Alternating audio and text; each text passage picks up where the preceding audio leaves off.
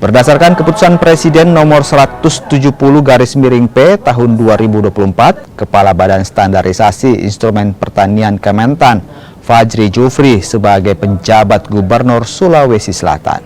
Fajri Jufri diharapkan menjalankan tugas dengan baik sebaik-baiknya. Sosok Fajri yang dianggap memiliki pengalaman di bidang pertanian dapat diimplementasikan di Sulawesi Selatan seperti swasembada pangan, mengingat Sulawesi Selatan merupakan salah satu daerah lumbung pangan di Indonesia. Begitupun dengan program pemerintah pusat seperti penanganan stunting, kurang gizi, hingga program makan bergizi gratis. Bapak nanti akan dapat melaksanakan tugas dengan baik. Saya tadi sudah ngobrol dengan Bapak, tolong komunikasi dengan Pak dan sekaligus juga nggak terlalu panjang mungkin waktunya, karena waktunya sebentar lagi pemilu pilkada sudah selesai, termasuk Sulawesi Selatan, dan kemudian mungkin Februari atau Maret nanti akan pelantikan kepala daerah yang terpilih, gubernur terpilih. Jadi mungkin 2-3 bulan Bapak akan di sana sebagai penjabat.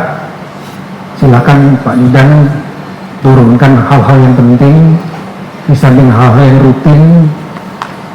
Saya tahu bahwa beberapa waktu yang lalu juga ada bencana banjir di sana yang perlu Bapak juga untuk atasi bersama-sama dengan rekan-rekan Forkompinda, dan juga program-program Bapak Presiden yang perlu mendapat perhatian oleh seluruh kepala daerah termasuk Sulawesi Selatan. Banyak pesan yang beliau sampaikan kepada saya, terutama bagaimana pengendalian inflasi tentunya, pengentasan kemiskinan, penanganan stunting dan gizi buruk, tentunya termasuk mensukseskan program makan siang bergizi dan gratis.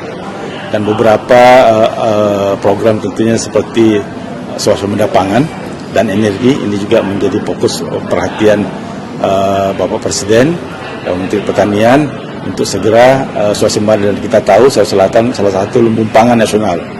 Diharapkan Sulawesi Selatan bisa menjadi contoh yang baik untuk provinsi lain untuk ketersediaan pangan di Indonesia.